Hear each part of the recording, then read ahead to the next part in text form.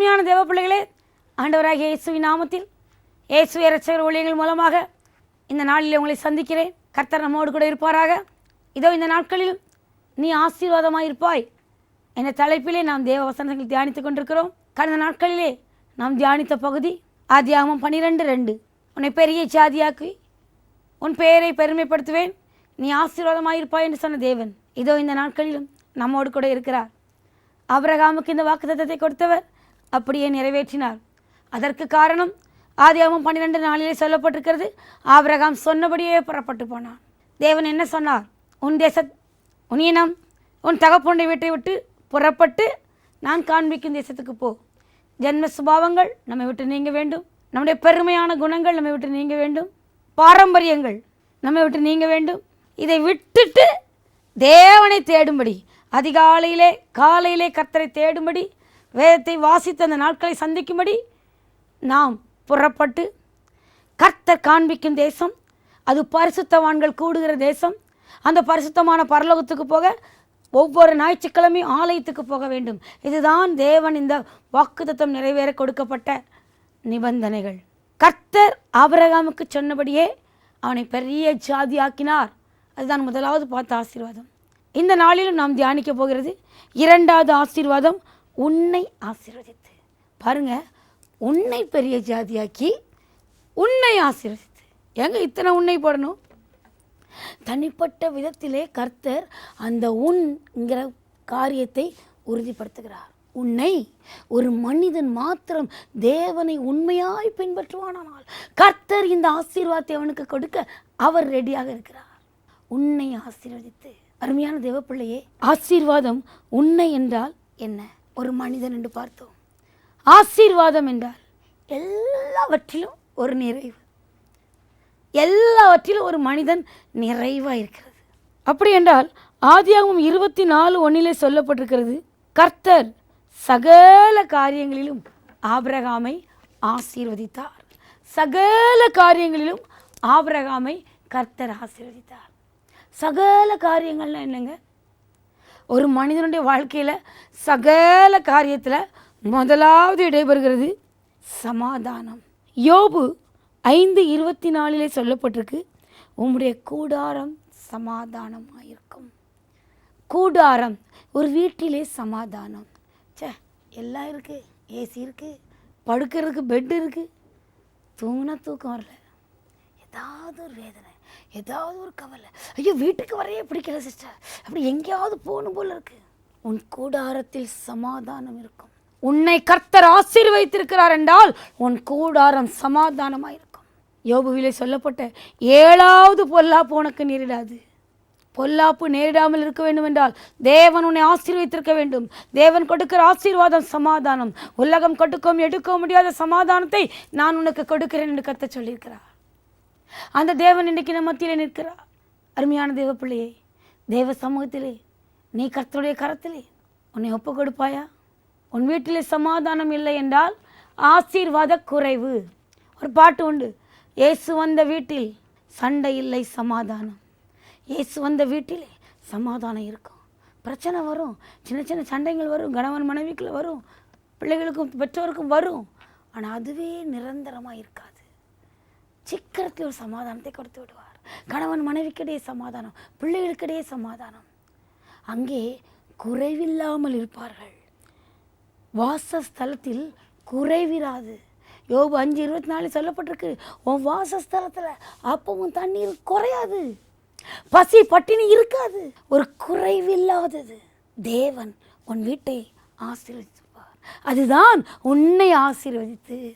தேவ பிள்ளைகளே, பஞ்சம் பட்டினி வருத்தம் ஆதி காலத்தில் சொல்லுவாங்க, நாங்கள் பசியாக இருந்தோம், அநேக நாட்கள் போஜனம் இல்லாமல் இருந்தோம்.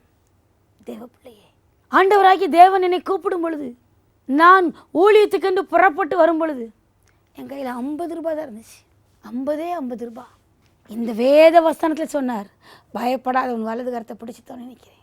நான் ஒரு ஜெபம் பண்ணேன், ஆண்டவரே ஆபிரகாமை கூப்பிட்டீங்க, ஆபிரகாமை அழைச்சிங்க, அவன் ஒரு நாளும் பட்டினியாக இருந்தான் என்று வேதத்தில் நான் வாசிக்கவில்லை. ஒருவேளை கூட நான் பட்டினியோடு ஆண்டவரே கதறக்கூடாது. என் அப்பா வீட்டில் இருந்தால் நான் திருப்தியாய் சாப்பிட்டு கொண்டிருப்பேன் என்றல்ல, பரம தகப்பனாகிய என் தேவன் சொல்லுகிற அந்த பரலோக ராஜ்யத்துக்கு போக நான் ஆயத்தப்பட்டேன். என் தேவனாகிய தேவனே, என் கர்த்தராகிய கர்த்தாவே, என்னை நீர் குறைவில்லாமல் வைக்க வேண்டும். ஒரு நாள் கூட நான் பட்டினி இருந்ததில்லை.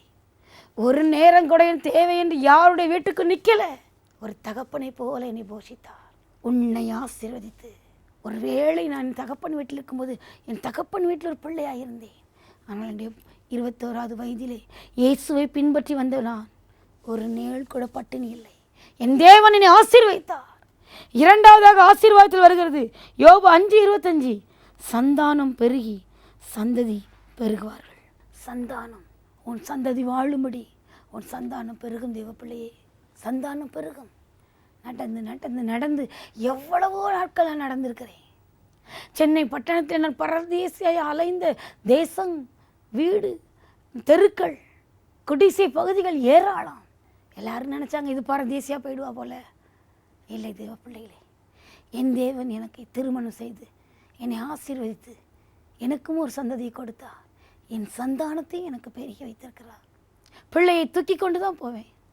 இன்றைய நாட்களிலே ஆண்டவர் எனக்கு என் சந்தானத்தை பெருக வச்சிருக்கிறார். எனக்கு நல்ல ஒரு கார் கொடுத்திருக்கிறார். என் கணவரை ஆசீர்வதித்திருக்கிறார். என் சந்ததியை பெருக பண்ணியிருக்கிறார். ஆபிரகாமை பெரிய ஜாதியாக்கும் என்று சொன்ன தேவன் எனக்கும் ஒரு பையனை கொடுத்தார். எனக்கும் ஒரு ஐசக்கை போல ஒரு சாமுவேலை கொடுத்திருக்கிறார். ஐயோ, இந்த பிள்ளை தூக்கிட்டு போகிற அந்த பிள்ளை பாவம்னாங்க. இல்லை தேவ பிள்ளைகளே, சந்தானம் பெருகி சந்ததி பலத்திருக்கிறது. இதோ இன்றைக்கு 9ஆம் கிளாஸ் படிக்கிறான், 14 வயசு பிள்ளை. தேவன் அவனை சகல விதத்திலும் பலத்திருக்க பண்ணியிருக்கிறார். உன்னை ஆசீர்வதிப்பார் என்றால் உன் சந்ததியும் உன் சந்தானமும் பெருகி இருக்கும். மூன்றாவதாக தேவ பிள்ளைகள், இந்த ஆசீர்வாதம் யோபு 5:26 வருகிறது. முதிர் வயதில் கல்லறையில் சேருவே. ஒரு பூரணமான ஒரு ஆயுசு நாட்கள் ஆபிரகாமுக்கு கர்த்தர் அதை கட்டளையிட்டார். ஆதியாகமத்திலே சொல்லப்பட்டிருக்கிறது, ஆபிரகாம் முதிர் வயதிலே, நரை வயதிலே அவன் தன் பிதாக்களோடு கல்லறையில் சேர்க்கப்பட்டான்.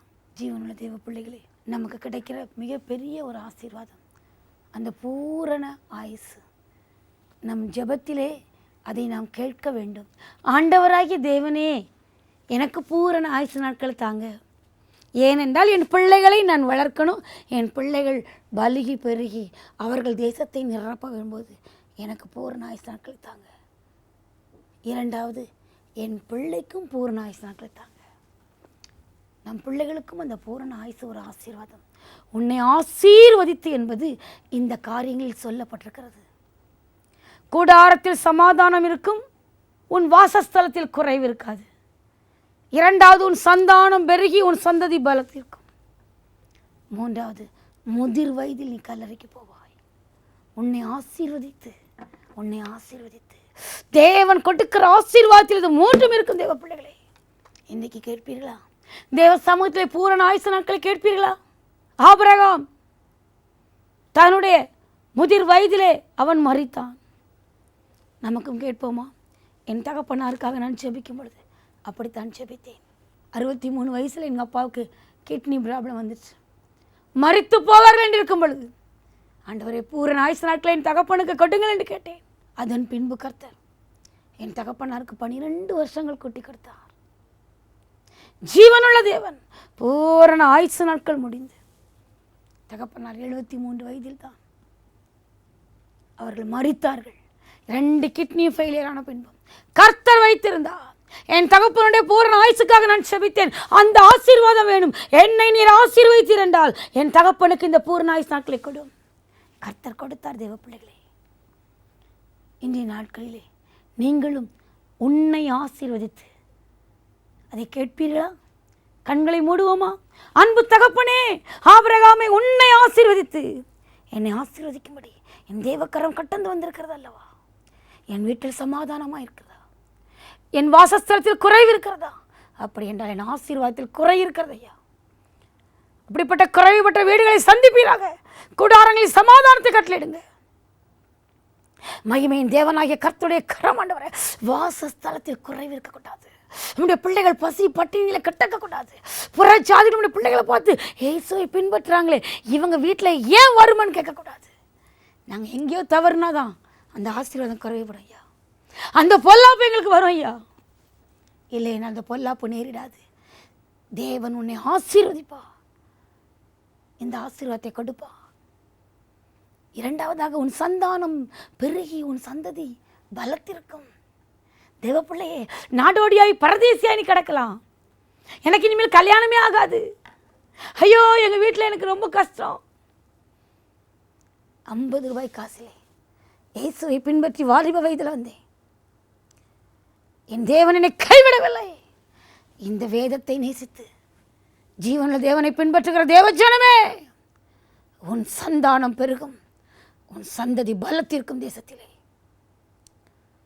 மூன்றாவதாக, முதிர் வயதிலே கல்லறையில் சேருவே. அதுவும் ஆசீர்வாதம் தான். முதிர் வயது ஆபிரகாமுக்கு கொடுத்தது கர்த்தர் ஆபிரகாமுக்கு அப்படியே செய்தார். அவன் தன்னுடைய முதிர் வயதிலே அவன் மரித்து தன் பிதாக்களோடு அடக்கம் பண்ணப்பட்டான். தேவ பிள்ளையே, நீயும் இந்த நாளிலே தேவ சமூகத்தில் தீர்மானத்தோடு கேள். உங்கள் வீடுகளில் இருக்கிற பெற்றோரின் ஆயுசு நாட்களை கேளுங்க. உங்கள் பிள்ளைகள் ஆயுசு நாட்களை கேளுங்க. உங்களுக்கு பூரண ஆயுசு நாட்கள் வேணும்னு கேளுங்க. அது ஒரு ஆசீர்வாதம். கொடிய வியாதிகள் தாக்காது, கொள்ளை நோய்கள் வராது, கொடிய விபத்திலே மரணங்கள் நேரிடாது. அன்பு தகப்பனுடைய கரம் இறங்கட்டும். ஜீவனுள்ள தேவ கரங்கள் ஒப்பு கொடுக்கிறோம். நீதியுள்ள தேவ கரங்கள் ஒப்பு கொடுக்கிறோம். நித்திய பிதாவாக்கி தேவன் எங்கள் மத்தியில் அசைவாடுவீராக. ஆசீர்வாத குறைவிலே இன்றைக்கு இந்த டிவியை பார்த்துக்கிட்டு இருக்கலாம். இந்த சால்வேஷன் டிவி முன்பாக இருந்து, ஆண்டவரின் தகப்பனே, ஐயோ என்னை தேவன் ஆசீர்வதிக்கலையா, இந்த குறைவு இருக்கிறது என்று கேட்கிற எல்லாருடைய குறைவுகளையும் நிறைவாக்குங்கப்பா. அவங்களுடைய வாசஸ்தலத்துக்குள்ள போங்க ஆண்டவரே. வறுமை பட்டினி கட்டந்து போகட்டும். சண்டைகளை மூட்டுகிற பிசாசின் கிரிகள் நிர்மலமாகட்டும். தேவ வல்லமை இந்த சந்தானங்கள் பெருகட்டும். சந்ததிகள் பலத்திருக்கட்டும். பிசாசும் புதிய ஜாதிகளும் பார்த்து ஆண்டவரை பயப்படணும். ஜீவனுள்ள தேவனை ஆராதிக்கிறவர்களுக்கு முன்பாக யார் நிற்க முடியும்? ஆண்டவரே, என் தகப்பனே, சின்ன வயதிலே மறிக்கிற மரணங்கள் வேண்டாம் ஐயா. கொடிய விபத்துகளில் மறுக்கிற மரணங்கள் வேண்டாம் ஆண்டவரே. கொள்ளை வியாதினால் பட்சித்து போடுகிற மரணங்கள் வேண்டாம் ஆண்டவரே. ஒரு உலகத்தில் ஒரு வீட்டிலே ஒரு ஜீவனை கொடுக்கிறேன்டா, அவர்களுக்கு பூர்ண ஆயுசு நாட்கள் கொடுங்க. அவங்க பிள்ளைகளுக்கு கொடுங்க, அவங்க பெற்றோருக்கு கொடுங்க. கர்த்தர் பொறுப்பெடுப்பீராக. உன்னை ஆசீர்வதித்து ஆபிரகாமுக்கு கொடுத்த ஆசீர்வாதத்தை இன்றைக்கு இந்த டிவியில் முன்பாக பார்க்கிற ஒவ்வொருவருக்கும் கொடுங்க. சிறு பிள்ளையோட ஜெபத்துக்கு பதில் கொடுங்க. வாலிபனுக்கு ஜெபத்துக்கு பதில் கொடுங்க. முதிர் வயதுள்ளவர்களுக்கு ஜெபத்துக்கு பதில் கொடுங்க. கர்த்தருடைய கரம் இறங்கட்டும் அப்பா. வியாதினால் ஒருவேளை ஆண்டவரே அப்பா, அந்த பூர்ண ஆயுசு நாட்கள் வருவதற்கு முன்பாக வியாதினால் என்று உள்ள உடல் அழிந்து கொண்டிருக்கிறது என்று வேதனையோடு இருக்கிறவங்களுக்கு அந்த வியாதியிலிருந்து சுகமாக்குங்க.